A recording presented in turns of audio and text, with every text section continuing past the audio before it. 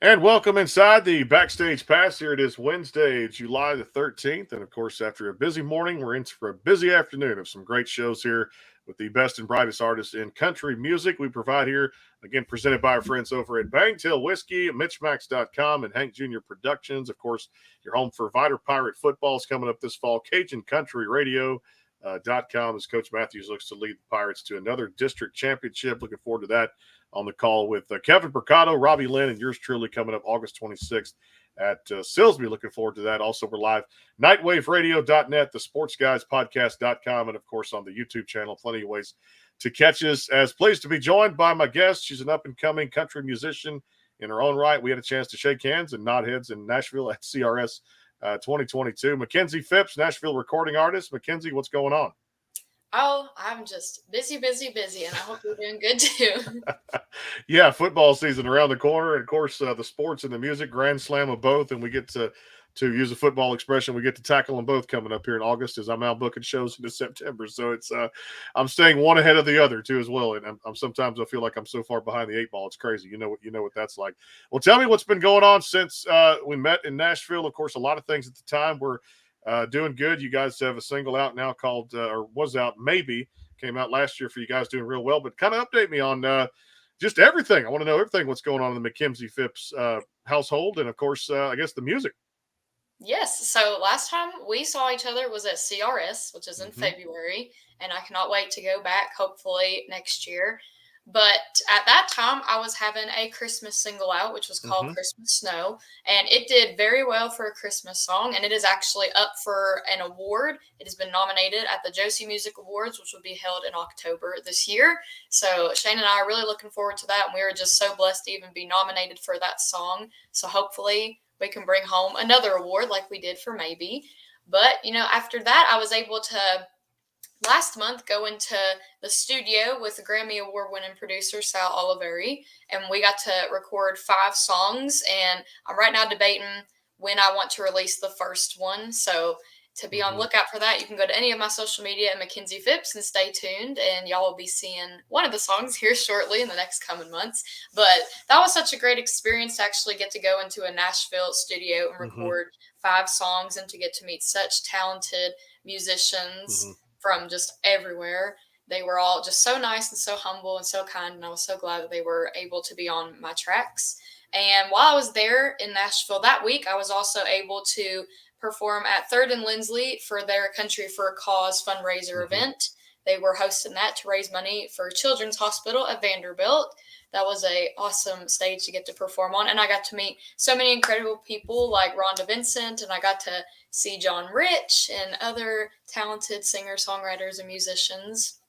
And then I finally got to perform on the Grand Ole Opry stage because I was able to do their Sunday morning country segment that they were hosting, and that was incredible. I got to catch up with one of my friends, Alex Miller, while I was there as well, and me and him have been talking a little bit more, so we're growing that friendship a little bit. But all in all, that was just an incredible week.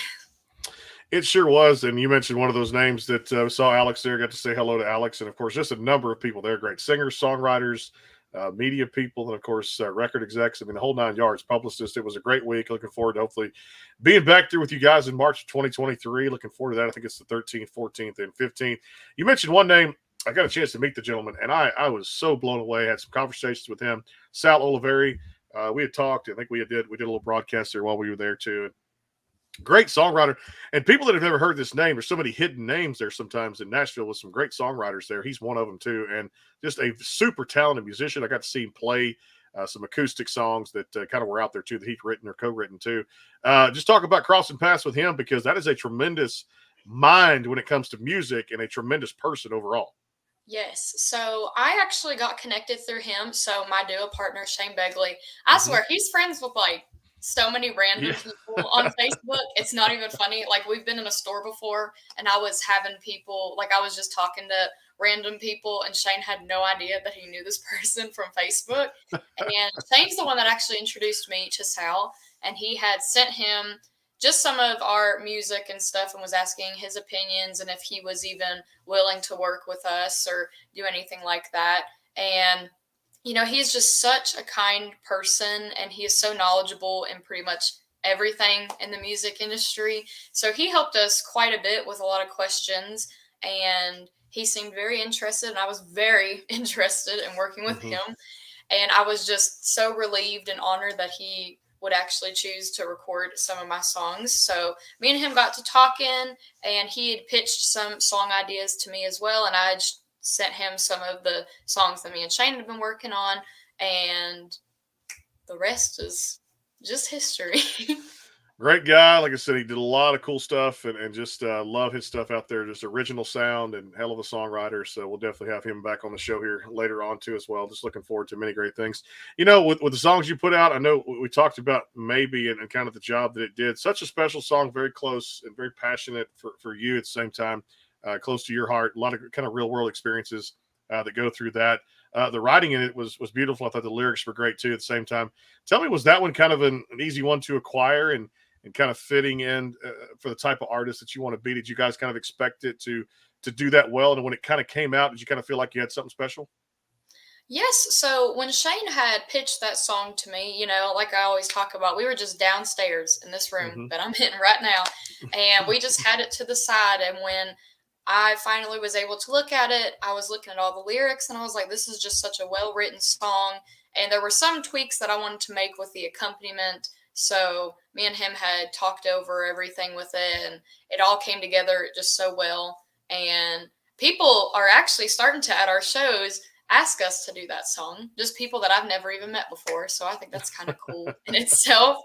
But I really enjoy Maybe, and Maybe will always hold a special place in my heart. And especially with it being one of our very first awards that we had won for a song, it'll always be pretty sentimental. What's it felt like to be back on stage? Oh, I love being on stage. I'm there every single weekend, and I could not be more happy to be doing what I love every single week. And I'm with so many different locations, and I get to meet many individuals. So I love doing what I do.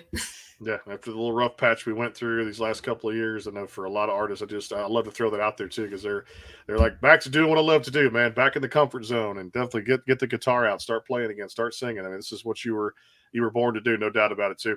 I'll tell you, we'll take a quick time out here on the Backstage Pass, of course, the YouTube channel, and at the sportsguyspodcast.com. Plenty more to come with Makenzie here on the broadcast. Of course, coming up today about 4 o'clock.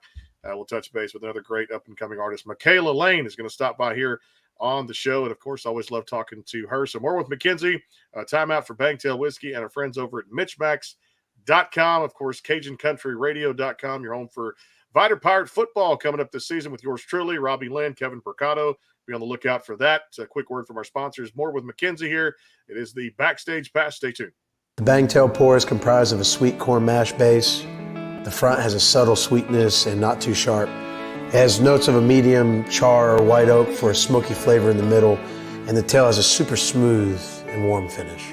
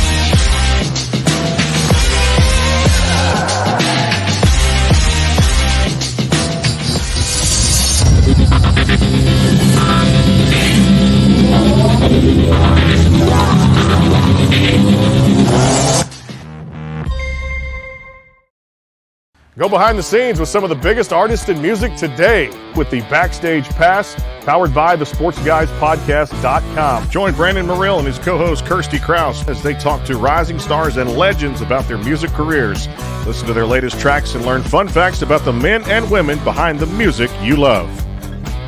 And be sure to tune into the Backstage Pass Monday through Friday from 3:30 to 6:30, powered by the SportsGuysPodcast.com. And welcome into the Backstage Pass. And back on the show again, Makenzie Phipps joining us here. It is the Backstage Pass. Always look forward to chatting with you. So a lot going on there since those CRS days back in February. You mentioned too, what a way to get down there and grow as an artist and grow as a person and just meet so many gifted people there at one of the biggest radio events around the country. So definitely a pleasure to do that. And looking forward to 2023.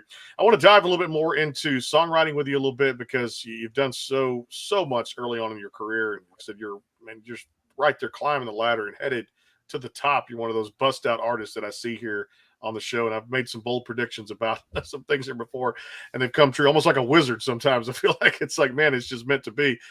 Talk about your songwriting a little bit and dive into that personal side because a lot of people say, we have to kind of go through it and feel it before we can put words, down on paper or just type it into a phone or something like that. Your songwriting, tell people about that a little bit and kind of the personal connection you make with that. Oh, Lord.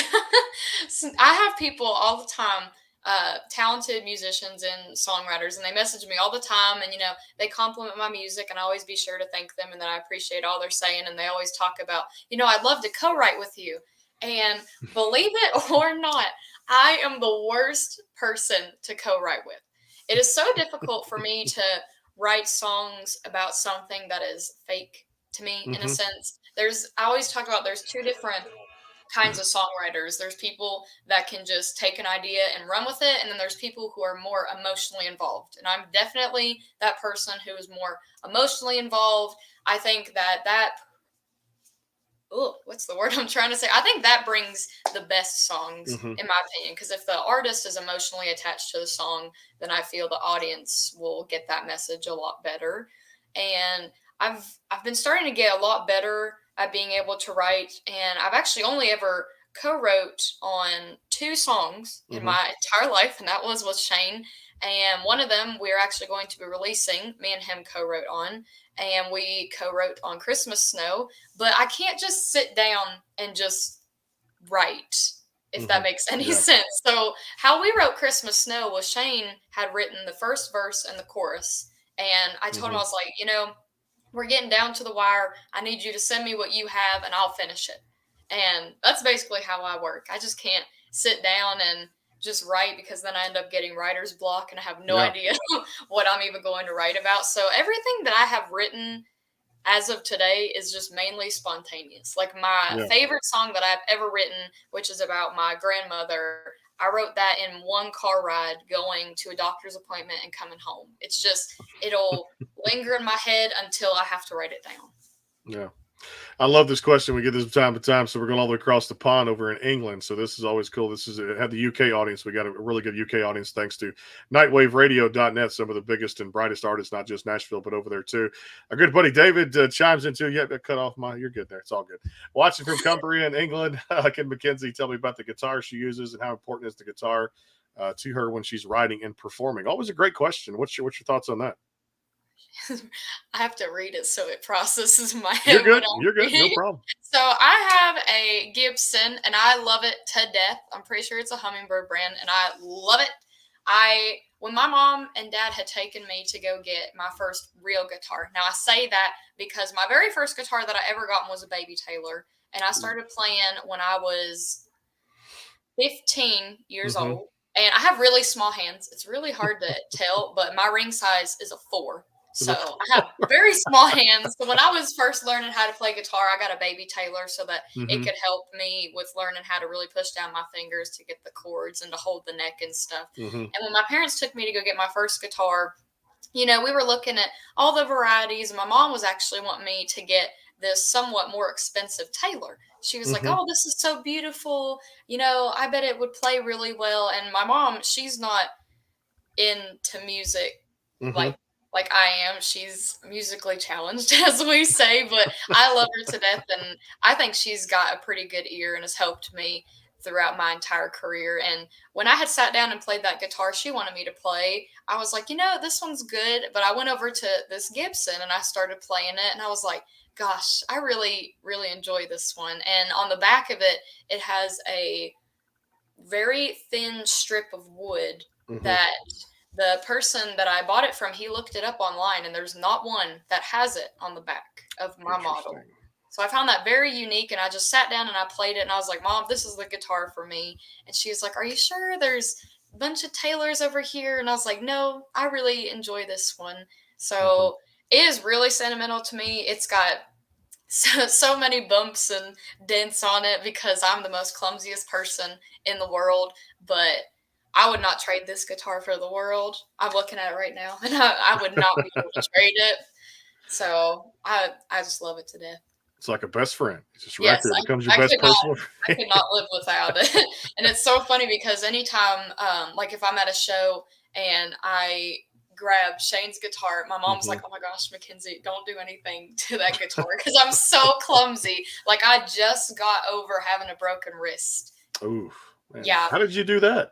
So down our way, we have a swimming hole, which has a big waterfall, and it's called the Cascades. And all of my friends had been to it, and I'd never been, and they were like, you need to go there. So I was like, okay. So I went hiking, and me and Shane went up there, and we got all the way to the top, which it was a workout going up that trail. And we were on like the top level of the water, and I wanted to go down on the bottom level to take a picture where the waterfall was. And I'm wearing Crocs because I thought those were water shoes. I'm not outdoorsy at all. And he was like, well, you better be careful because you're going to bust your butt if you go down there. And I was like, I'm fine. So I slid on a rock and landed straight on my wrist and had no clue I did it until he pulled me up and it started hurting really bad. And it was the worst timing ever because that next week I was going to Nashville for all of my events. And my doctor was going to cast me, and I begged that man to splint me. Yeah, so you can make sure you got the events. And let me ask you, was it the playing wrist of the guitar side? Was it the non-playing wrist? Yeah, it's the playing. My left. Of course, I know it's still you got to use both hands, but of course, you got to have. Yeah, that whole time I had to hold my guitar up. Ouch. Well, glad you're better now. Just glad you're doing well. Like that was the first one I've ever broke. Yeah, and I'm like you. I wear the Crocs every now and then, but it's slippery surface. You're right. It's hard to run in Crocs, and it's hard to those things get wet. Never again. I told my parents, I said, this is what I get for being outdoorsy, and I'm not doing it again. Yeah, no doubt. Hey, tell me what's so all this great success in CRS, even some before then. But tell me kind of what's a lot of things that go on behind the scenes. A lot of people may or may not see when it comes to putting together a great team. I mean, I have one here with the podcast too at the same time, and of course on any other broadcast that I do. And a lot of people just don't see the real work that goes in behind the scenes. We'll tell stories sometimes from people that we meet and things like that about what we do in this industry. But you as an artist, tell people about the real work that goes on behind the scenes with your team, even over at 2911, and of course Shane, and of course everybody that's on the Makenzie Phipps team. Yeah, so I actually, I don't know if I've played that song on here. I think I did, but I wrote a song called Behind the Scenes, and that song was basically talking about everything that you just asked. When I started my performance journey when I was 14 years old, and that was me entering high school, and I had a bunch of friends that just never really understood what I did for a living. They all thought that it was a hobby, and it was kind of just like a sport, just something on the side. And I wrote that song specifically to tell people in the outside world that are not in the music industry just how hard it is, and that they don't understand what exactly is going on behind the scenes. It's like anything that you do in life. You work and work and work, and then you get this final product, but yet nobody sees how much work you put in to get to that final product. And I would not be anywhere or be doing anything that I have been doing without the support of my parents and with Shane and various family members and friends, and especially 2911. They have helped me so much, and they've had so much confidence in me over these last couple months, and I just could not be more grateful to have the team that I do. Well, you got a great team, no doubt, and I love working with Scott, Jeremy, everybody over there too. Just some of the best and brightest artists in country music, and of course music in general. Couldn't do my job without those guys over there, and of course all the publicists out there, no doubt. Not only be specific to one company, but especially two guys that have been great to me, no doubt about it too. Well, I got to do rapid fire with you here, but I do want to ask you this, kind of looking forward as you guys. You love that. You love when we do the rapid fire. You get fired up. She's one of those, and she can answer those questions. I mean, snap of a finger, you get ready. But as you guys segue to the rest of this year, we're halfway done now. Hard to believe we're saying that, but with 5.5 months left, or halfway through July now, What are some things you guys are looking at accomplishing? I mean, obviously rolling out new tunes, new music, things like that. Are we looking at more singles, EPs? What can you tell us?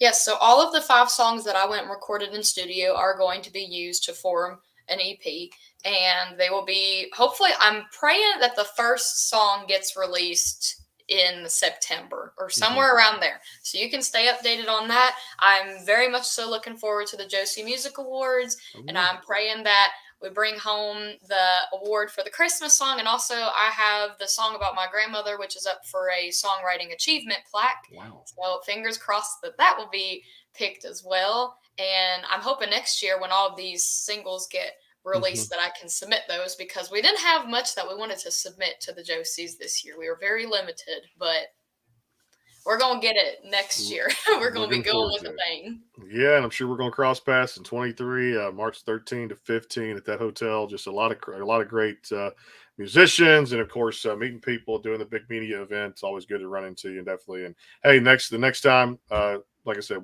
drinks on me. We'll do that. I'll buy you a drink. We'll have. Yeah, I'll finally be 21. But there you go. So there you go. We talked about that last time. I didn't forget. We're getting cheers. closer. Like I said, whatever your choice is, first one's on me. Then we got bar lines down there. Bar lines is always in the lower part there on the first level when you walk in the Omni Hotel. Yes. And of course, I still got to go out. You got to take me around too. This is one of the rapid fire questions. I did Martin's with a friend of mine with Kirsty. We did. A couple of the little places. I went to one of the steakhouses. I can't remember what the steakhouse was there, but it was one of the old steakhouses. It was over in Franklin, and I had the I can't think of the word right now. The dessert, they keep calling it out there. I forget how they made it. It was bananas was with it, and it was like a sauce, and it was like just a really good. And I'm gonna think of the title here in just a second. It's the title of a great dessert out there too. Bananas Foster. Bananas Foster is what it's called. Unbelievable over in Franklin, and one of the oldest steakhouses there. But somewhere we got to go in Nashville. Where should we go for great food? And I'm looking at just some different, trying some different things. I didn't get to do Hattie B's. Can we go there?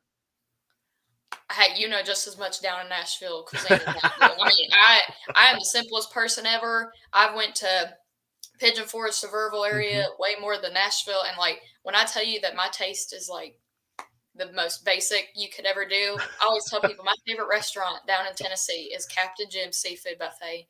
And it is like, it's not the best quality, but that don't matter because it's unlimited crab legs. Okay, so we're going there. Unlimited crab legs. We're going to go there. I don't know if they have that in Nashville. We'll find something.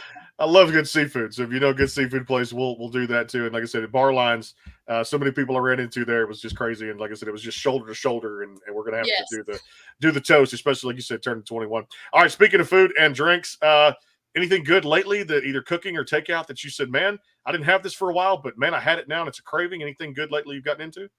I have been getting these soup dumplings that they sell at Walmart. It's a good place to buy them. Yeah, it's a great value brand soup dumplings, but I have been obsessed with them. Where I'm from, we don't have good Chinese restaurants, so we have no soup dumplings around here. So I take what I can get. Take what you get. I don't blame you. All right, let's say Makenzie won the lottery tomorrow, one of the big time lotteries. What's the first thing she'd do with the money? Pay off my parents' debt. A lot of people would pay off debt, and we're always like impulse buying. We've all done that. And, like I said, even impulse, we need it or we don't. But it's I probably would do that. Then I would take a trip to Hawaii. Just one of those bucket list trips. They've helped me out so much with my music stuff, and I feel bad sometimes. So I would definitely do that. Take some relief off of them for all the hard work they've put into me. I love it too. You'll love this one. Biggest challenge being a female artist in this industry. What is it? Look. Okay. Just your look, basically. Mm-hmm. And just kind of moving forward. Oh, we got a visitor. Hey, who's that? This is my cat, Raven. Hi, Raven. How you doing? She always knows when I'm doing interviews. She's got perfect timing. The end of a question, like she could co-host the show right here with us too. Great to see her. Hey, always great to see you too. Again, love the songs out there doing some big things. Christmas Snow, and of course, maybe the 2 songs we talked about today are out there across all the digital platforms. Like I said, bar lines, and looking forward to getting up there March 13 to 15, 2023 for CRS. It definitely. It'll be a little warm, but hopefully not as all the rain we had this past year in February The weather changes on a dime, just like it does here in Texas, as it does in Tennessee too as well. Always good to catch up with you, the one, the only Makenzie Phipps here on the Backstage Pass. Continued success going forward. Thanks for the visit, and let's do that next March. How about that? Yes. Well, thank you so much for having me. I really appreciate it. Always a good time, no doubt. 4 o'clock today, Michaela Lane's going to stop by here, talk about her latest music and singles going on. And then tomorrow, we're going to take a little trip to Canada. And Cassandra Clack is going to come on too as well. Looking forward to that visit. And then a good friend of ours, Tommy Townsend, is going to stop by tomorrow. Looking forward to talking to Tommy as to what's going on at his camp. Also, just a few weeks out from high school football, Vider Pirates coming up here, CajunCountryRadio.com. Of course, the SportsGuysPodcast.com, the YouTube channel. Go give Makenzie a follow and go get the music across all the digital platforms. We'll see you guys today at 4 o'clock. Michaela Lane on the Backstage Pass. Until then, take care.